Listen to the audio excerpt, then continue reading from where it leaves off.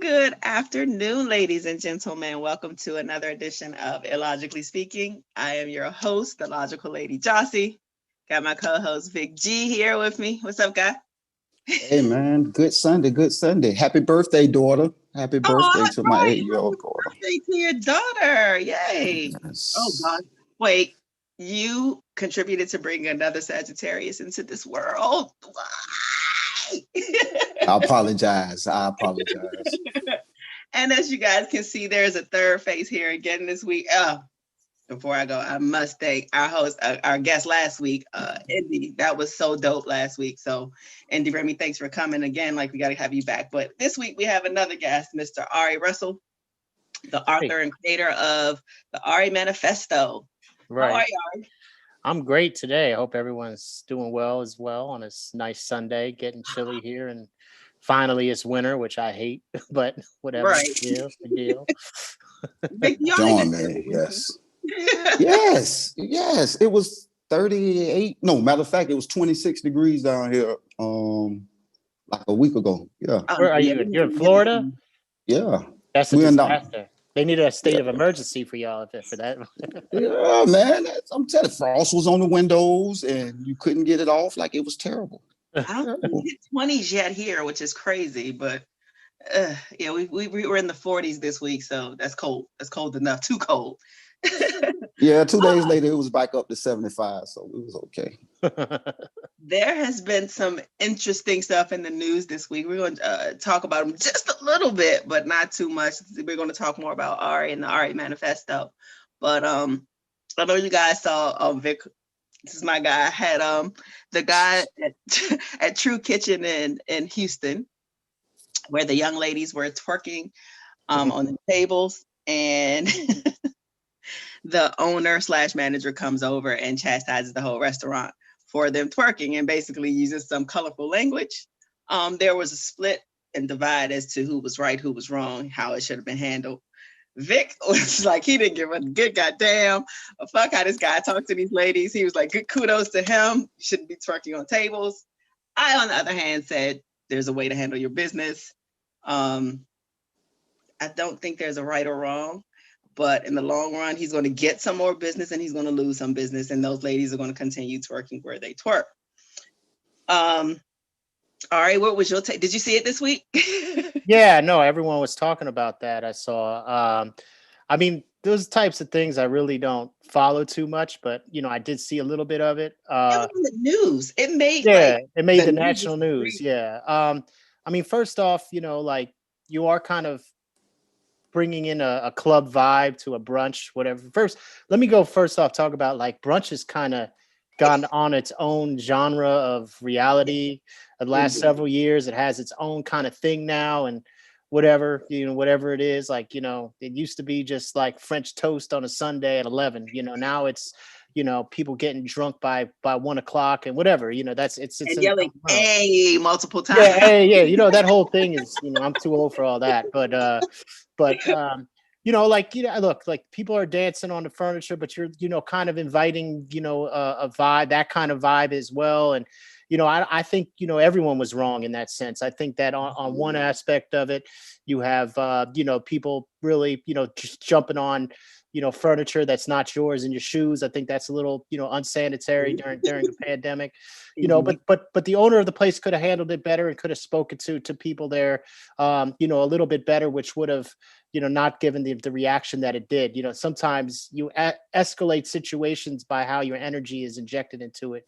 And again, like he's inviting kind of a certain vibe as far as playing music, and it's kind of a club scene. So when people start acting like a club and acting like it's a club, you can't get mad, because that's what you're kind of the vibe you're kind of setting. So it's Mhm. and then you're going to turn around and start yelling at people when they're twerking, when you're playing music that's what's for twerking. It's twerking Right. music. I don't know. It's not conscious music. It's twerking music. Ah, So it's like it's not like a Mortal Technique. It's ass shaking music. So it's like you can't have it both ways. At the same time, people still should, when they're have some. out in public, should behave a little bit more, a little better, and not stand on furniture. I think that's kind of disrespectful in a way, but whatever. It's not I my don't. place, so.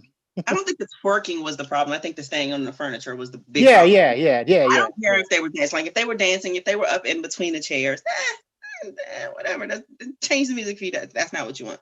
But standing on tables or chairs at any place is, as an adult, is As an crazy. adult, I It agree. is crazy. But again, certain things bring out certain things in certain people, and you're giving people too much credit by asking them not to do certain things. If you want me to tear the club up, I'm gonna tear the club all the way up. If I'm that type of person. No, we're not doing this childish reasons for why adults don't know where they are at the time. Like, okay, granted, he's playing twerking music. Yes. Right. According to what he says is that this happened in 3 different tables. The video we seen was just the last straw. So if this is going on at 3 different people's table, at some point in time, it would behoove you to address the whole dining room. Hey, let's stop this shit for a second. Okay, he could have used better words. Granted. Put on some Maxwell. That would stop the twerking. Man, no, because maybe I don't know too many people that's twerking to something. So let me ask you this. How many of y'all have actually went to Jamaican restaurants and just lit up a goddamn joint because you heard reggae music? I have not. However, you know why you don't? Never been on furniture. Why? How many of you go out to a Mexican restaurant, you hear cha-cha music in a restaurant, not just a restaurant, and you get up and you start cha-cha in the middle of a Mexican restaurant? Well, to that though, I have been in Italian restaurants and seen others get up and just start dancing because that's the music they're playing and that's their cultural music. Right. I've seen them get up and dance. Okay. Do they stand on furniture? No. But if they're playing a certain kind of music, it does lend to music makes people dance. And Granted that it makes you dance. There is no dance floor. There is no one here dancing. The decorum is not set for you to dance. Everybody is behaving themselves in a certain manner. On top of that, he came and addressed them individually, politely. Then put them out. Listen, don't do this. Okay, put them out, right? Put them out. It happens to another table, and then but another table. They were all together. It was 3 groups together. They were partying together. So okay. DJ, cut the music for a second. Evidently, y'all don't understand what kind of environment we in. This is my establishment. And this is the part for me that I agree with. If you don't like it, spend your money somewhere else. Yeah. If you don't like that, if you don't like the way I'm handling this situation, spend your money somewhere else. That's what basically happened. A lot of people ended up saying, I don't like it. I'm not going to go there. I'm not going to support. I would never support that place. But in turn, there were people on your side that were like, of course, I like how he handled it. It was what it was. He's going to continue to make money one way or another, although restaurants right now are not doing well. Restaurants are always up and down. I mean, that's my whole thing. Like, look, we're in the middle of a pandemic, and like the whole everyone talk about regulation, all this stuff. Like, we're really like, this is real. Like, it's happening. People are dying. Like 3,000 people died yesterday. 3,000 in a day. Off the same thing. Off the like. This is real. I don't care what people say. Oh, it's a hoax. Nah, man. Like, people are dying, and certain communities are dying at a larger clip. Based off of obviously systematic issues that we could discuss as well, that are pervasive, but now people are out here in these restaurants inside. Granted, I can understand the guy's probably frustrated too, because again, the business side of it has been struggling. He's in a business. So now he's like, it's kind of a double-edged sword. He's letting in things to be able to kind of expand, I guess, his business during a pandemic. And now he's yelling at the customer. So I think there's a level of frustration. You got the people that want to let loose because they've been, have limitations on what we've been able to do. We can't be at clubs anymore, so people are kind of letting loose wherever. That's one end. And on the other side, the frustration that the business owner has because they've been struggling. Sometimes people tend to kick the dog. And in this case, I think he was kicking the dog, and not really. I think there was a lot of other issues going on and frustrations that he ended up taking out, unnecessarily. At the same time, I think people also were blowing off steam as well. Like, I just don't think this is normal times, and you don't normally see that type of stuff even in brunch places generally. So I think it's like a kind of consortium of things that collectively went together to brew a perfect shitstorm of a social media story. This is my problem. We are looking at the owner and wagging our hand at the owner, and no one is looking at this behavior and saying, that's some uncouth shit that y'all doing. And what we're doing, we're giving them an out by saying, the music, you can't blame. Come on, man. Like at some point in time, we are not dealing with children, and we can't keep expecting grown individuals to keep falling for such childish, absolutely, like motivators. You know what I'm saying? Like to have a music dictate that you just gonna stand up. Oh my God. The problem, it's just we're gonna ridiculous wrap to this me. up, but the problem is that unfortunately his behavior trumped their behavior. That's why it made national news. It didn't make national news because there were women twerking at a restaurant. People twerk and dance all the time.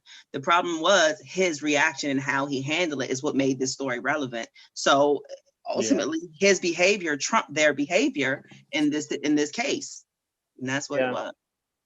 Ooh. I mean, to be honest with you, worst behavior are these bars that are opening up with people that are going in during in hot zones because they're defying, kind of just common sense.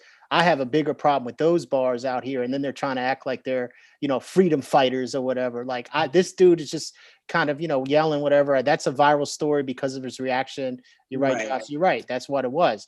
But these other stories to me are bigger stories where you've got these clubs with, with like 300 people, no social distancing, and last night in that city, 300 people died of coronavirus, and it's spreading. And it's like, these are the things of why it's spreading. So it's like, to me, that's a bigger issue that we should be talking about, and not like this one dude that kind of blew a casket because a couple of people decided to dance on a table, same time, them dancing on a table as well. Like, act like you've been there, act like you got some home training. So Vic, I agree with you, like there isn't a responsibility. People do need to be held responsible for certain ways. There's certain places and venues that is okay where you dance like that, and usually, like you said, a dance floor, there's a reason why there's not furniture in the dance floor, so you can dance openly and not dance on tables. Like that's not people that dance on tables unless you're taking, like, there's a venue for that too. I was going to say, excuse me, hello. Oh, you just dove right in. All right, this is kind of what we get from the Ari Manifesto. Explain to us a little bit, what's the Ari Manifesto and how did it come about? That's a good question. Look, honestly, like I've been kind of shifting around in my life the last few years. I was just left, was doing a business venture, which I kind of left abruptly because I had to for various different reasons. A lot of it, personal. So I was like, look, I still need an avenue to be able to be creative and kind of get my ideas out there. A lot of people have been saying for a long time that, you've got all these things you say on Facebook and that are, people that a lot of people stop me that know me, like, wow, it's intriguing. Like, I love your page. You always say very interesting things and all that stuff. And I'm like, okay. So I'm like, all right. So I decided, since I left that, I was like, I need to find another outlet so I could do it, that maybe I can elevate on myself without the help of Facebook. So I decided to start the Ari Manifesto. It's kind of, it's really just a work in progress at this point. I don't have, there's certain visions that I do have about where I want to take it. But, right now it's really just me expressing, writing articles on things that are kind of pertinent to what I'm thinking at that particular time.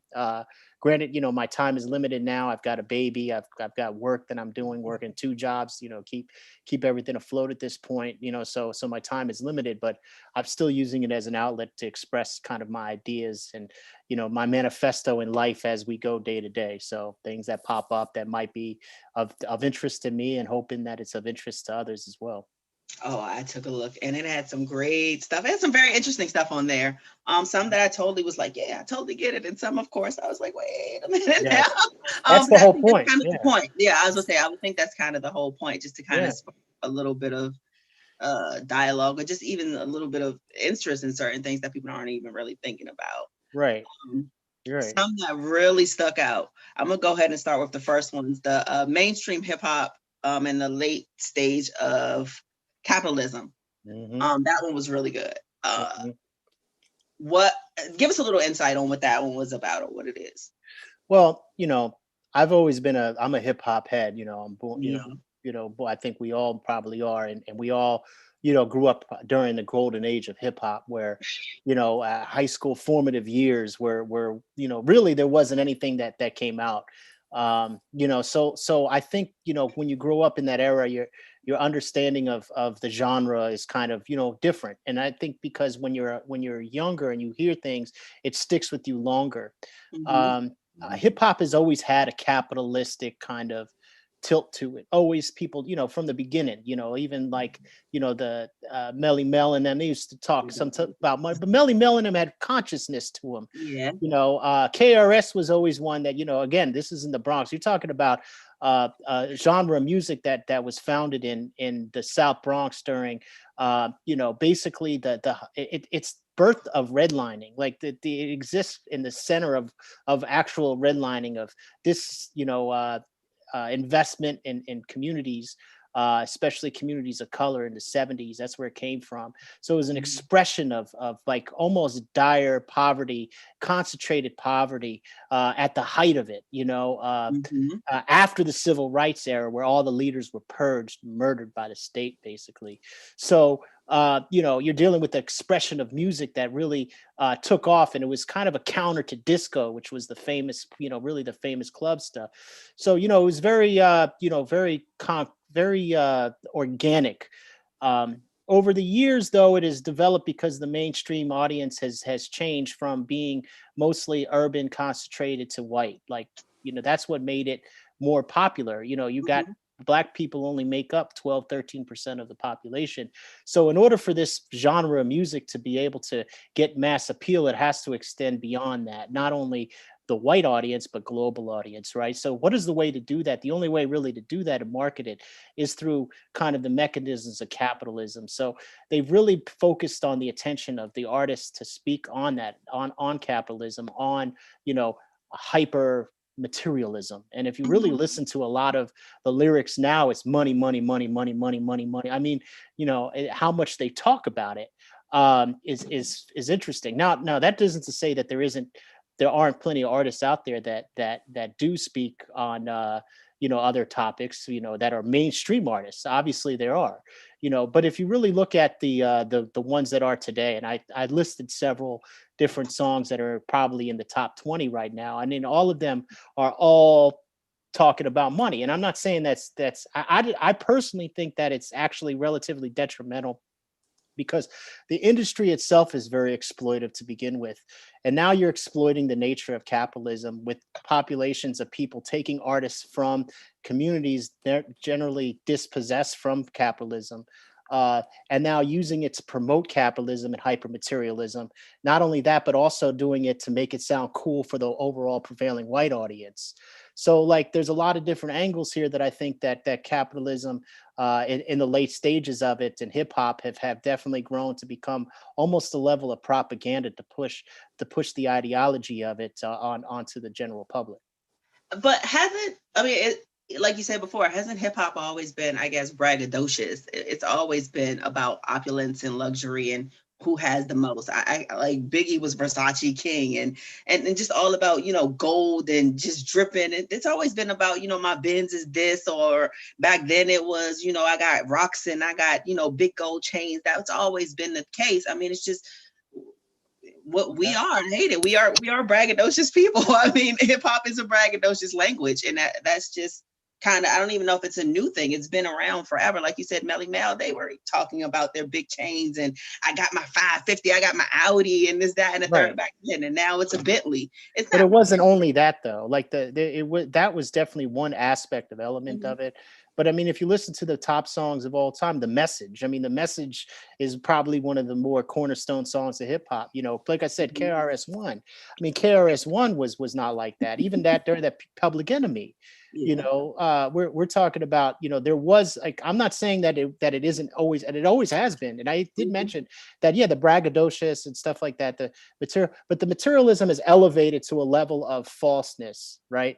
Where Yeah. it's people are bragging about things that they don't actually have.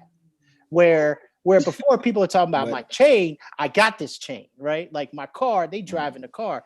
I mean, like now it's Bentley, you're renting a Bentley, right? And that's not even your Bentley. Or you're getting, so like back then, like also you have to understand, like most of these the genre of music was Black owned, like labels at the time. Labels, yeah. Once they got outside of that, it's no longer that, you know. So things kind of, it started to get a little bit more hyper materialistic. It's always materialistic, and I get that, but it's become hyper materialistic and has for the last 2 decades, really, where I think that it's, you know, that's really my stand. Vic, you know, definitely I'm interested. No, but I understand what you're saying, and I agree to it to a certain extent.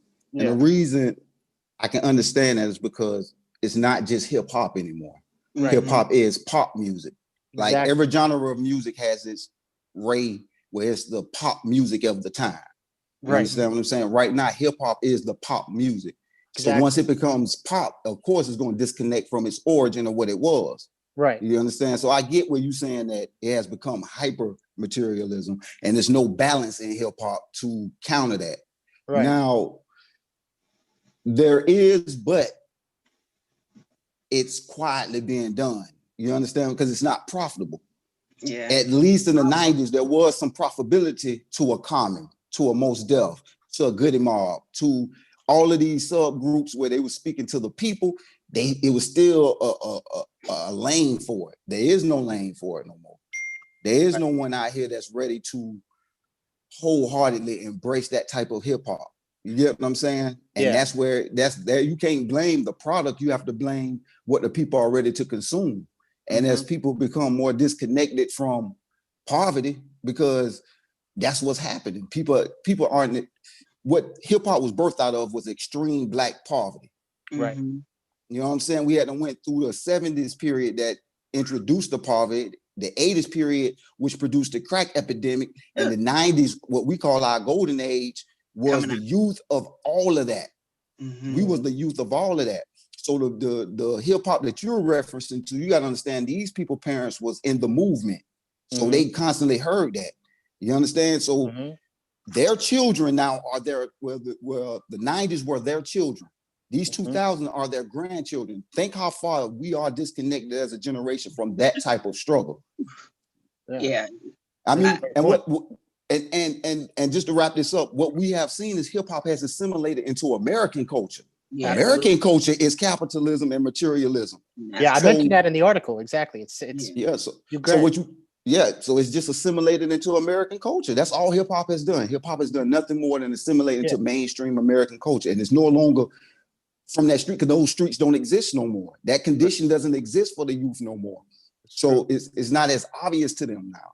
They have like it was a struggle for us to be between those who have and those who didn't. It was rare that you had, if you didn't have money, you rarely bumped into people who had a piece of money. Right. That's over with. You got some of the people who don't have money who are best friends with people who have money now. Because all of those, and that's what you get now. You have a crossing of cultures, and it is what it is. Yeah. I also think music has always been like an escape to some people.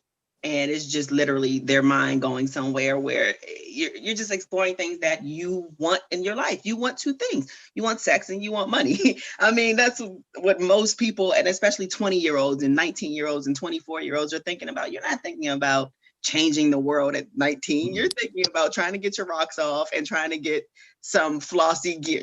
I sound so old. Some flossy gear, some nice clothes and money and things like that. That's not what you're thinking about at 20. And that's who these artists are. They're 19, 20, 21-year-old people. I would like to hold them more responsible, but they're not the ones they're not. That's just, I mean, I know me at 19 and 20, I just wasn't that kid.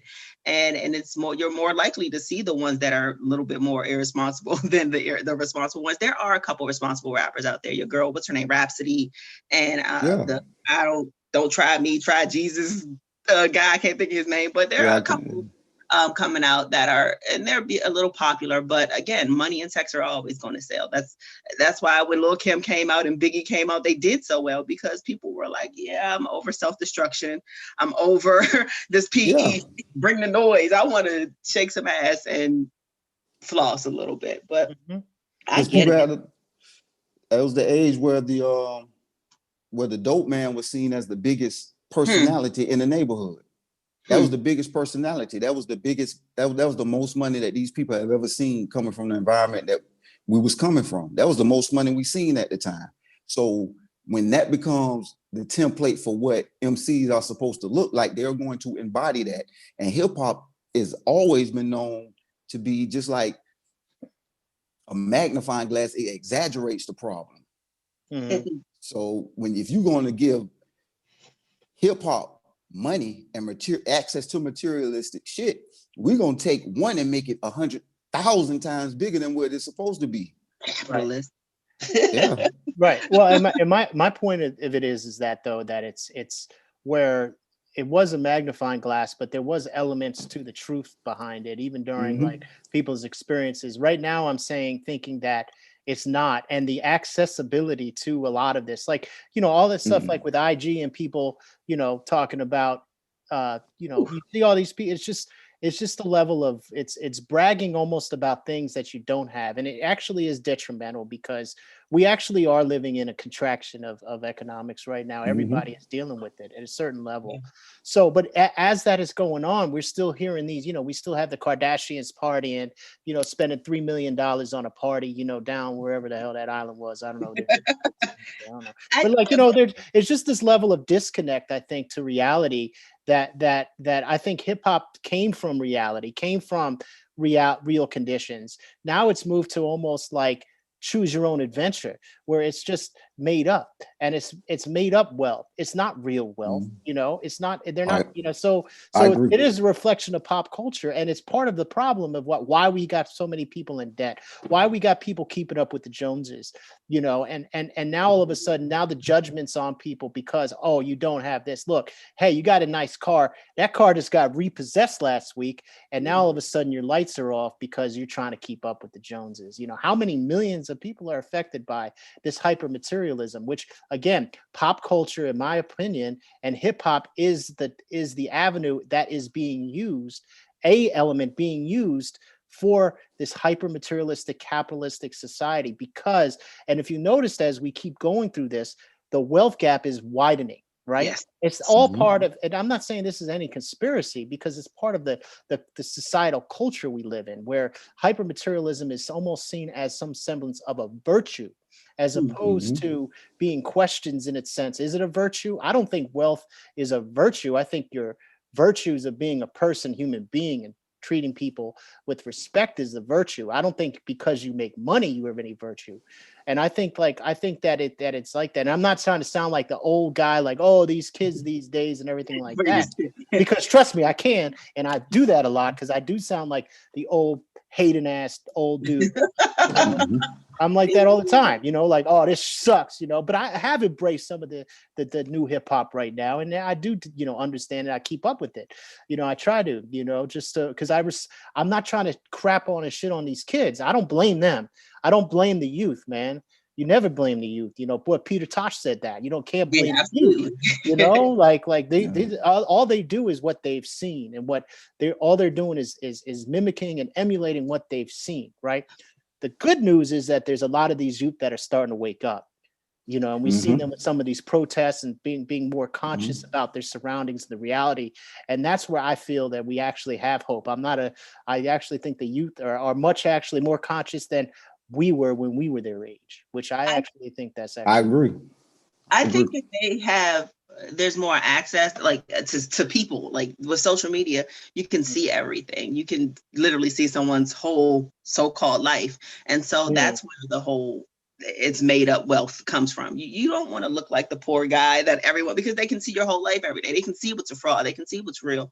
As opposed to in 95, they could have been lying about what they had. Biggie wasn't Frank White. Biggie didn't have cargoes of cocaine and shit coming in, but we didn't have access to his life to see those things. We only knew what he told us on wax and what we believe. Whereas now they're on Instagram all day, every day. So you have to wake up. You can wake up and see if their little apartment is dusty or if they really live in the mansion that they live in. So basically asking to get robbed when they're holding up their phone, their money phone. Yeah, the money phone. Like, come on, like with the GPS, like with the location still on it. Come on. Some of that shit's stupid. So, I mean, I think the access to just keep up with just because now you have a day-to-day image to protect. It's not just what you say in your videos and this, that, and third. You literally have to live by this stuff all day, every day. And that's a big part of it. So once you start, you just kind of have to just keep going with it and keep going. Yeah, you got to feed it. Yeah, you got to feed into it. And that's where the issues and the problems come in at, because it's not real wealth at the end of the day. Like you were saying. So that's where the issue come in, and you influence bad spending habits. Right. You know what I'm saying? Like you just promoting bad spending habits. You know what I'm saying? Right. So I get that aspect of it, absolutely. And you having people to aspire to bullshit at the end of the day. You want people to aspire to an outcome instead of the process.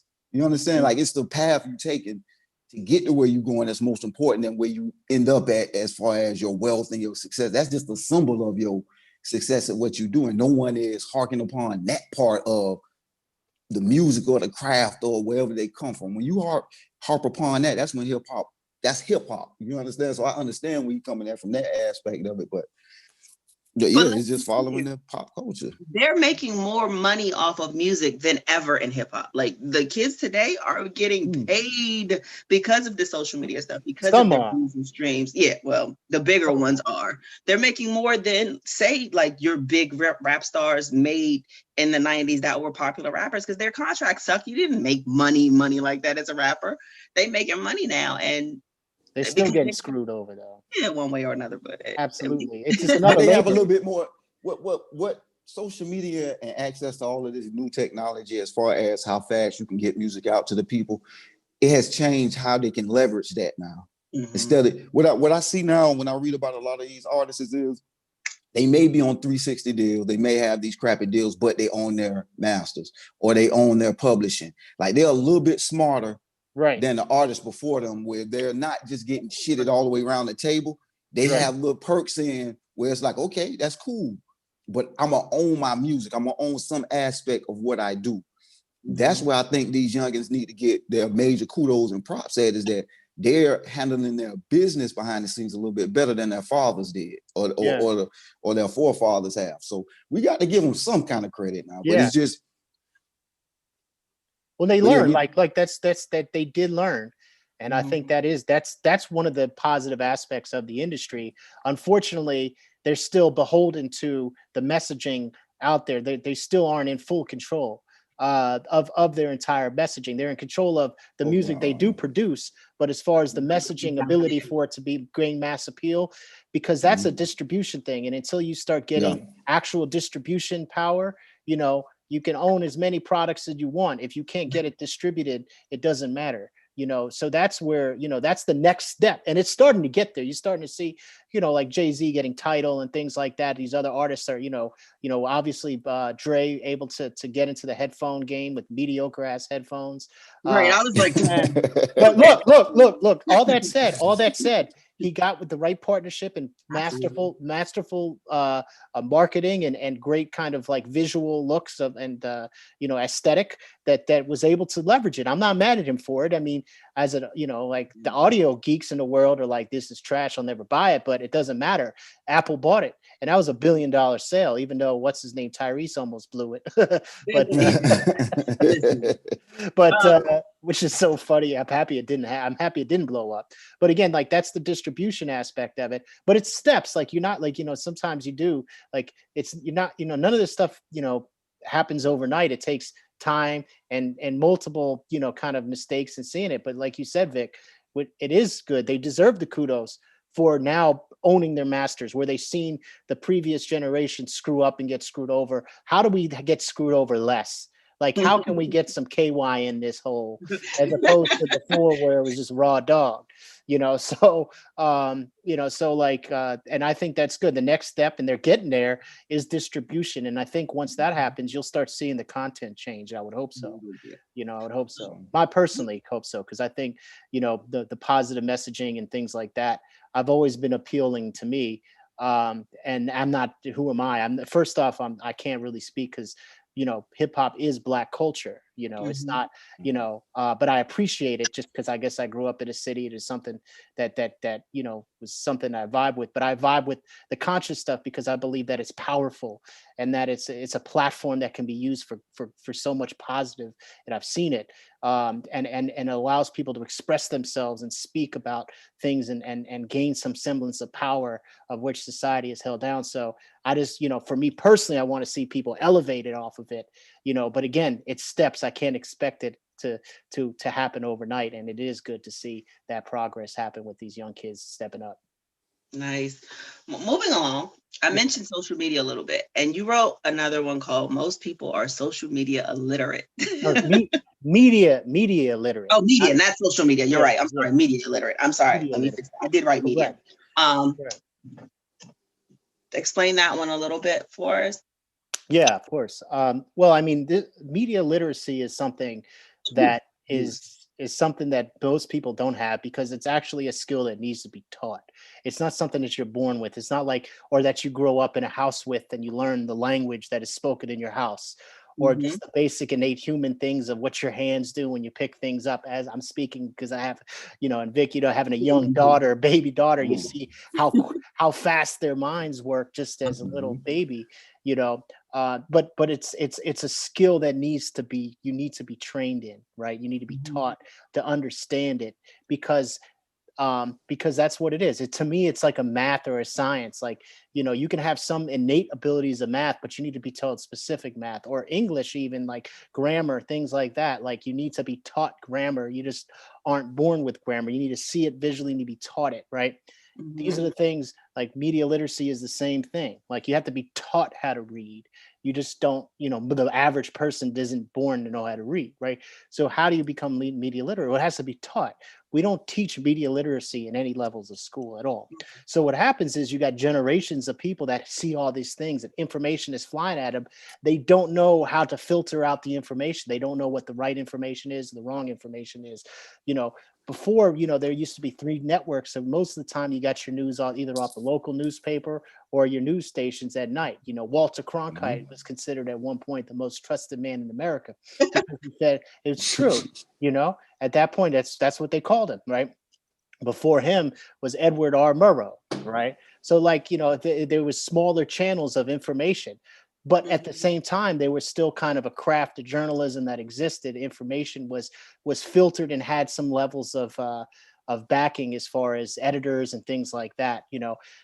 So people still weren't media literate. There just wasn't as much channels of misinformation out there. Now, granted, there's plenty of misinformation, especially in those media days at that point. Much of it was propaganda through the government and everything like that, right? But you still, it still wasn't, you didn't have all these channels.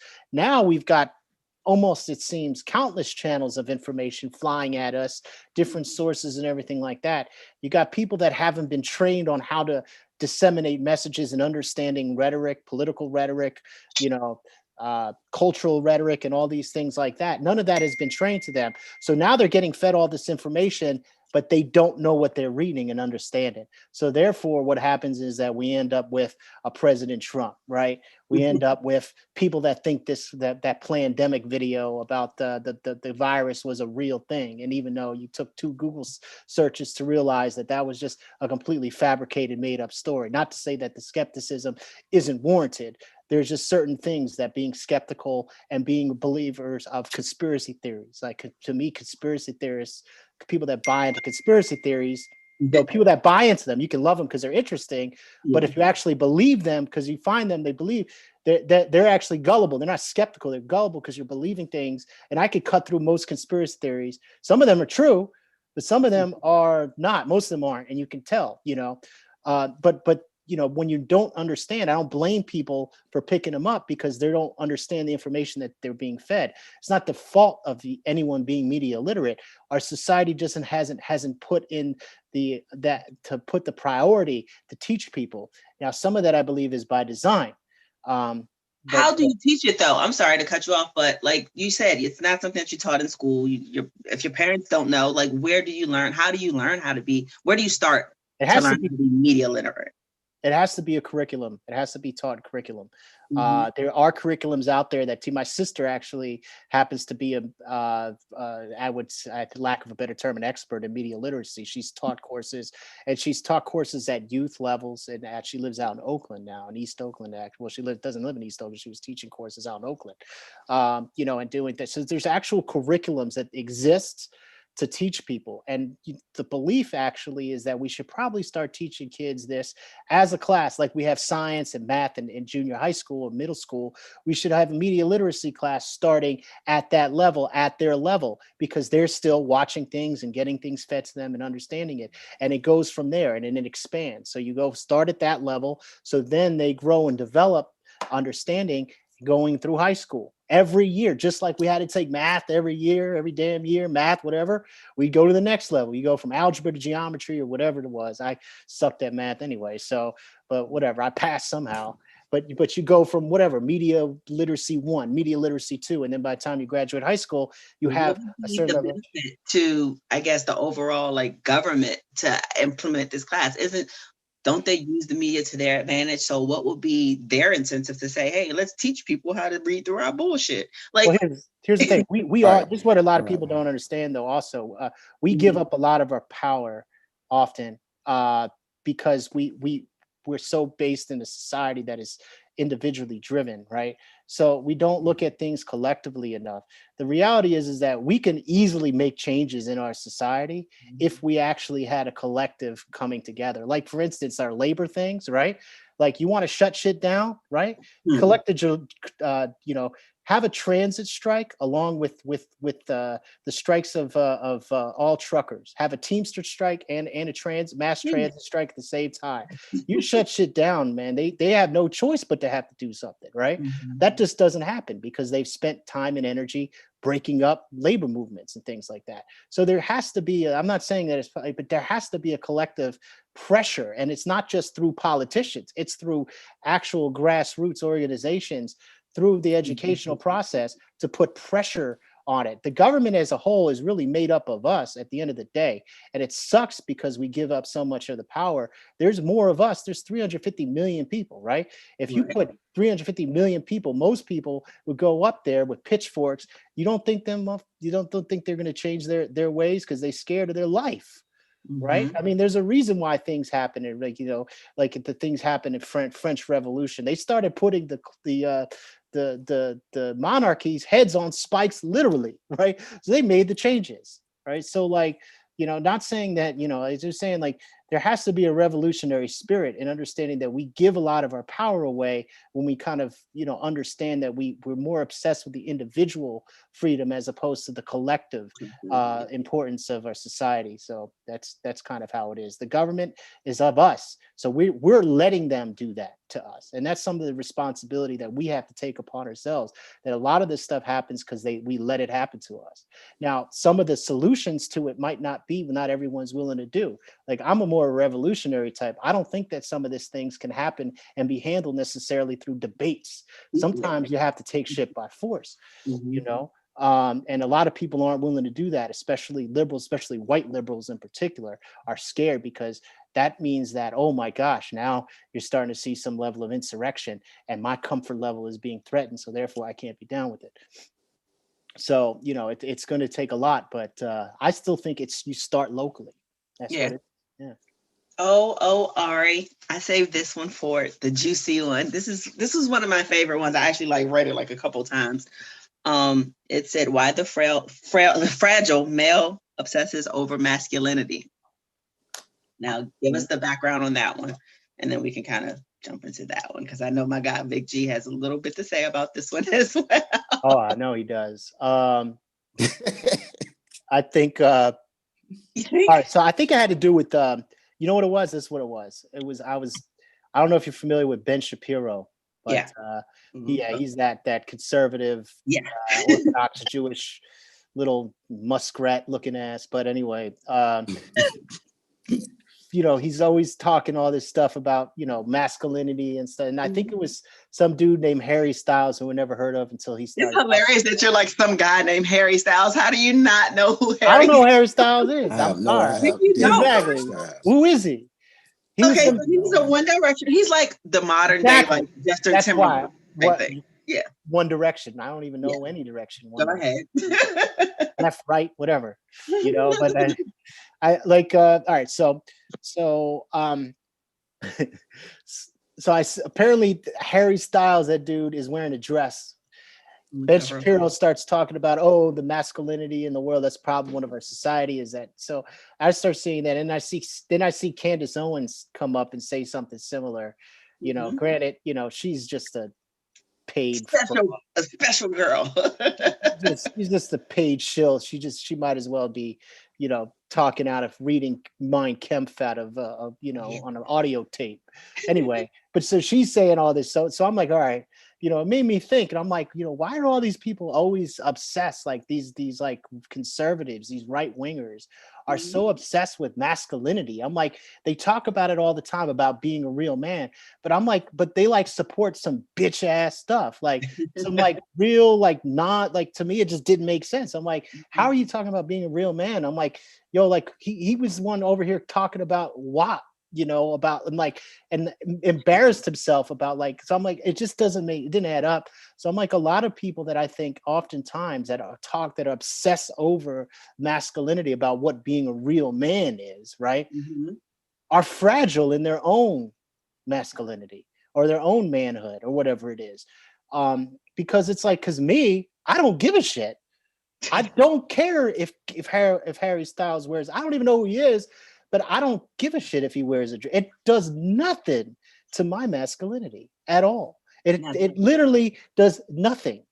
In fact, you talking about it is like, not you, but right. Other people talking about it is kind of silly. I'm like, yo, why do you care? Like, let the dude do whatever he wants. You can wear whatever the hell he wants. I wouldn't personally wear a dress. I just think it looks bad. Plus, I need to lose some weight. You don't have to wear it tight. I don't think I would look good in it, right? I might look good in a muumuu, right? But I wouldn't look good in a dress, like, personally. But hey, maybe he felt good in the dress. I don't care. And that's the whole point, is that I really just don't think that masculinity, first off, is really a finite thing. I think it's personally, I think it's a fluid thing. It's based off of, it changes over time in society. I mean, look at how the real men dressed in like the 1700s, man. Like, some of them dressed, they wearing makeup and all this shit. And those are the powdered wigs, powdered faces. And these are the ones that are fighting in wars, like in the trenches. And then they're out there powdered face. So I'm like, like, I don't know. Like, I don't know enough. Like, and I really don't care how other people see. To me, it's like being a man is, as I put in the story of mensch. We have a Yiddish word, mensch, which is really not associated with any gender, but mostly associated with men. So that guy's a real mensch. It's just a real good stand-up person. That's it. Are you a man of your word? You have integrity. That's all to me. That's all that matters. Now, masculinity is really a sliding scale. It depends on what society you live in and what kind of culture you live in. And I don't think there's a finite concept of masculinity, personally. And and none of it threatens me either which way. That makes sense. I've not seen where wearing a dress in any situation is ever masculine. Especially in 2020, wearing a dress in 2020 is not masculine. I'm sorry. It's just not. That doesn't mean that you're not a man or a real man, but wearing a dress is not masculine to me. I think masculinity definitely has a definite importance to myself and probably Vic, well, definitely Vic, than it would to general America. Black masculinity is way different than US or just world masculinity. It's the Black man's masculinity has a whole different meaning than just masculinity in general. And that's why I kind of had to step back and was like, wait a minute, is he talking about masculinity as a whole, or not saying it from like where we stand? Because for me, I definitely need how my male figures dress and how they look and how they're presented is definitely important to my household, the children around, the people in my community. Someone else's, how they're dressed definitely has a big impression on that. And that's kind of where I was like, wait, it does matter what our public figures look like and how they're presenting themselves. And these are people that our kids are looking up to. It definitely matters. And masculinity is something that is kind of being stripped away And it does matter to us that our masculine men are being stripped away from our culture and our homes and things like that, because look at where the fuck we are. Like we had this discussion about masculinity last week, and it's just one of those things that I don't care who you're sleeping with. You can do that anytime, do whatever, but why do you have to be flailing a purse? And why do you have to be popping your lips and wear lipstick and things like that? And it kind of just overall just kind of feeds into how we're seen by everyone else and who respects us and where the lack of respect is as well. So, but Vic, I know how you feel, but tell us a little bit how you feel.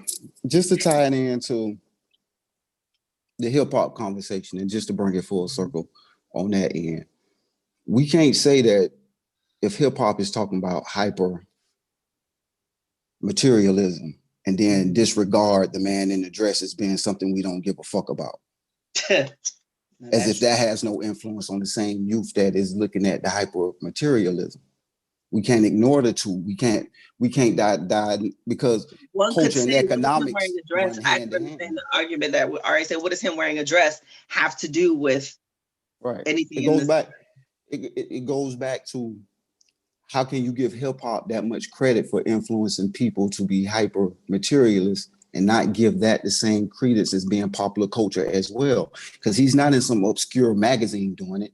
He's not in some part of culture that isn't being examined. All of that is popular culture. So for men who have boys who pride themselves in masculinity, we can't say that we want our boys to look at that as any kind of motivation or whatever, just like you can't tell your boys, well, don't listen to this type of hip hop.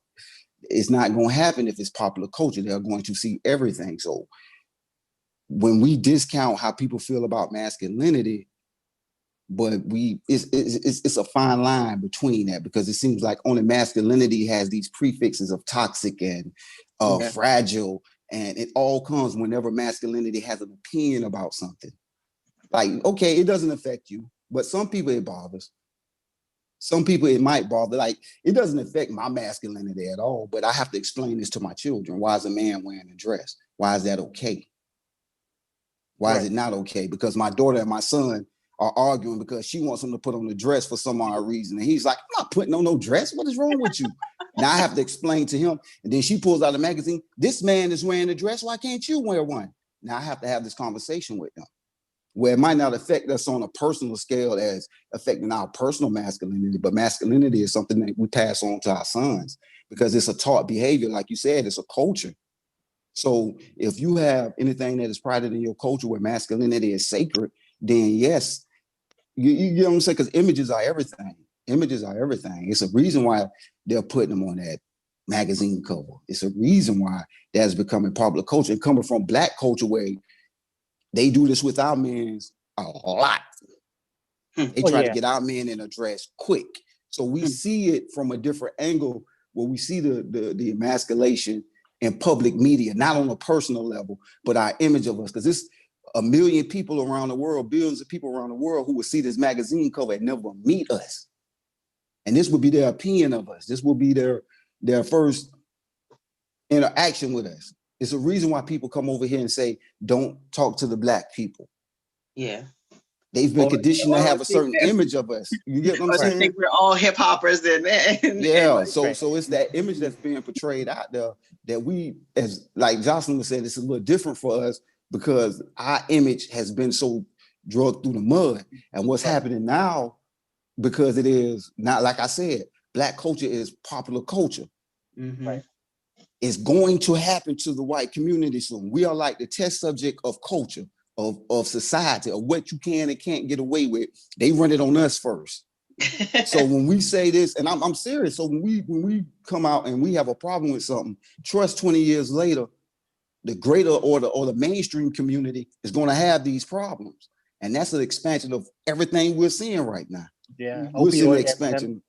All of that. It's an expansion of all of those things now that's being expanded upon the mainstream society now. And what you have now is that, not to agree with them, because this is probably, I don't really agree with how they're doing it, but I understand what they're trying to say. I understand what they're saying now, because that kind of culture, what they're saying from a white supremacist standpoint is this kind of culture cannot be able to permeate into our mainstream regular culture as white people.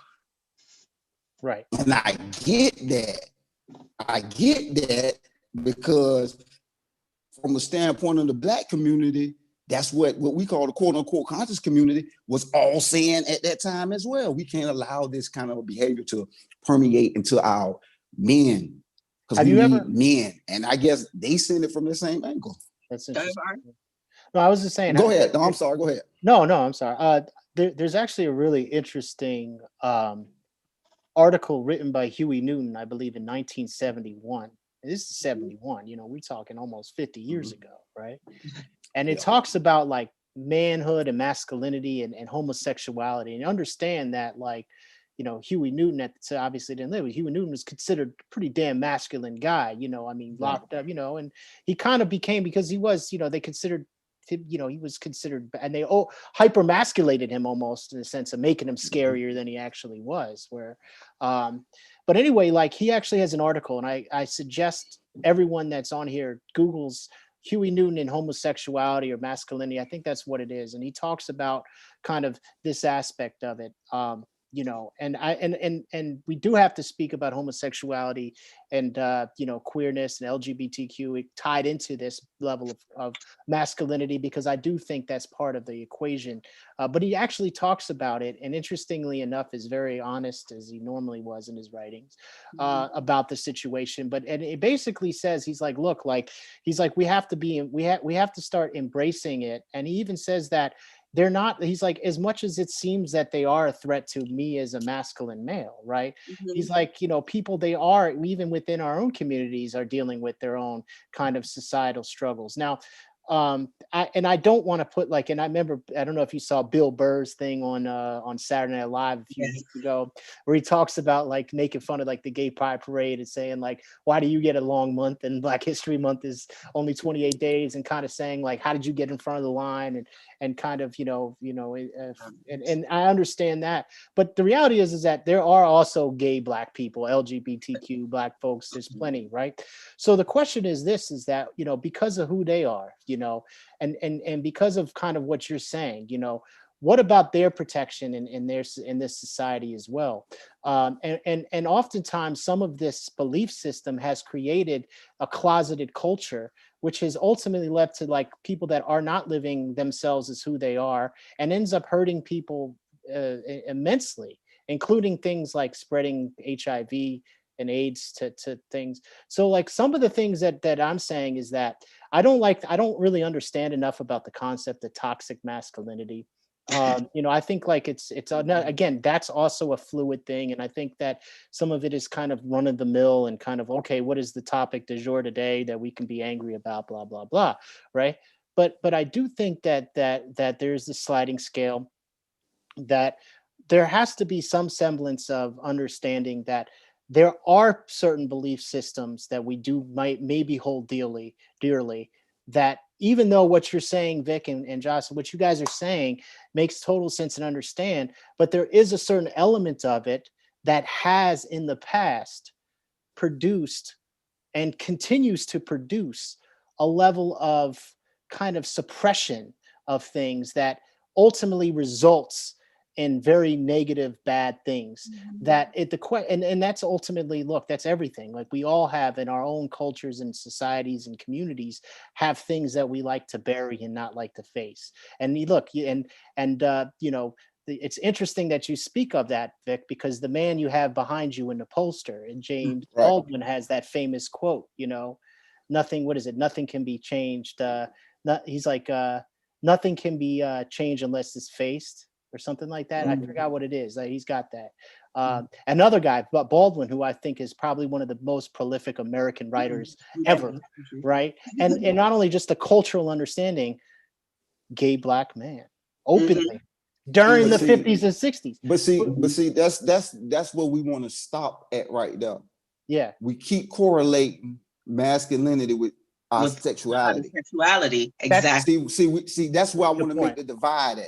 That's where I want to make the divide at. Perfect. Your sexuality has nothing to do with your masculinity. Right. James Baldwin still had his masculinity because he still stood up and faced what was oppressing him. He still stood up in the face of it as the man would. You understand? During those times, how men were seen to take on a challenge or to take on, you know what I'm saying? Protect their people. He took on that masculine energy. So it's not a matter of your sexuality. Do what you will. That's your business. Mm-hmm. That's your business. But because we just want men to be masculine, that's too much to ask. And what does that mean though? What does that mean though? Like, as you don't want a woman to, you want a woman to be feminine. You don't want a woman who is spitting on the street and cursing and scratching herself and sitting with her legs wide open. There are things that are feminine and things that are masculine. I think as adults, we kind of know what's a masculine man. Like, what's up? You stand up. Again, what's when you ask, well, what is masculinity? That's where we are right now. Mm-hmm. Because masculinity has now had to have so many things on it as far as what it can't do, who can define it, who can't define it, who says what it is, if I'm offended by an aspect of it, then you can't be that part. That's toxic now, or that's fragile. You understand what I'm saying? So that's what I'm saying. So no other, like, we don't do that with the LGBT community. No. With their binary gender, with their cisgender, we adapt to it. Otherwise, we are shamed for not adapting to it. Or we don't do that with femininity. We don't do that with feminists. We don't put their femininity under a microscope and call it toxic or fragile or anything like that. It's only when masculinity says that, okay, I'm not with that part of it. I don't define masculinity as a man putting on a dress. Now it's fragile. Just because I'm just saying, like, well, that's not what fragile. It's not. That's not the fragile part. The fragile part is having it affect your belief in masculinity for yourself. That's the fragile part. Making it feel like it's threatening to you. That's the fragile part. Because fragility is nothing to do with bringing up the point of saying it. It's just like, okay, what does that have to do with your like, look, it might present more challenges to you, Vic, on how to explain things to your children, right?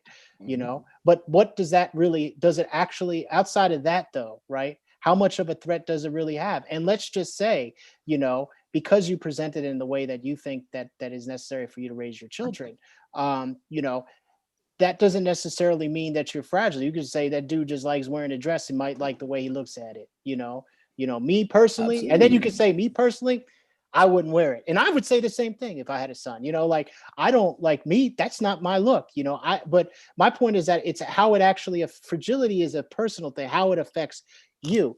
And my point about bringing up Shapiro and them is that they use this. And again, it's also part of the whole white supremacy aspect of it too, where there's blatant kind of the machismo is an aspect of it. Mm-hmm. And it's false machismo. It's false toughness. It's false resolve. Absolutely. It's not right. So that's where it is. From where you're coming from though, and you're bringing up a larger cultural thing from the external forces of how the Black male in particular has been emasculated for centuries, right? And this is a cultural thing. So what you're bringing up the nuances, but you're bringing up the whole sexuality part too, which is the nuance that I'm trying to say is important. Like, look, I'm just saying more of my issue is focusing on the people that look at it as a whole and feel like it's a threat upon masculinity as a whole. I don't think it is, because we decide as men what we want to be masculine for ourselves. The external factors of it, yes, because you are a Black man, right? Obviously, they're going to be more things to you. So there already are threats. And if it's not that threat, white supremacy has always found itself to be able to evolve and change because it's not challenged enough amongst whites. You know, it's going to find something else, right? And it always will find something to divide too, right? It'll always find pieces and wedges to divide. So that's one of the things that I also probably didn't articulate well enough in that article, was saying that actually this stuff about masculinity is used not by, I'm not criticizing, you know, your community, people. It's used as another wedge to create another divide amongst people that have been historically also undermined, you know, or degraded by them, right?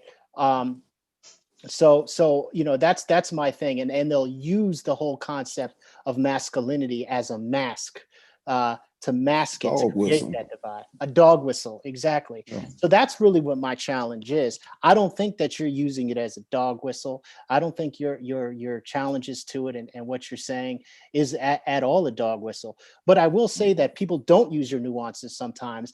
They do connect sexuality as to masculinity as well. And I think that's where we run into a lot of problems.